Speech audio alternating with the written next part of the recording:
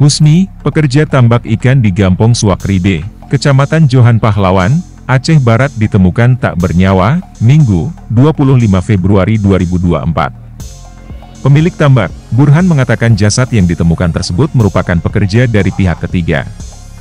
Dirinya menyewakan tambak kepada orang lain. Saat kejadian, kata Burhan, diketahui ada 2 orang sedang bekerja di sana, lantas temannya meminta tolong membantu mengangkat korban dari lokasi. Pekerja tambak atau kolam ikan yang ditemukan meninggal dunia tersebut, merupakan warga Gampong Masjid Tuha, Kecamatan Merebo, Aceh Barat.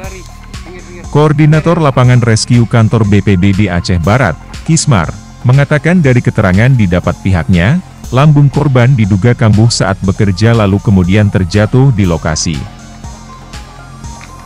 Bekerja, tiba-tiba kumat, mungkin lambung. Lantas diserahkan dia jatuh di pinggir tambak. Jadi itulah untuk mensterilkan masalah, dilaporkan ke polisi. Itu yang tadinya memang langsung pihak berwajib yang menangani, kami hanya tim evakuasi. Nah, kondisi jenazah itu ya kita ketahui meninggal di tempat sekarang ataukah di tempat kerja ya, Pak? Ya, di tempat kerja memang ditindak oleh teman kerjanya, dievakuasi ke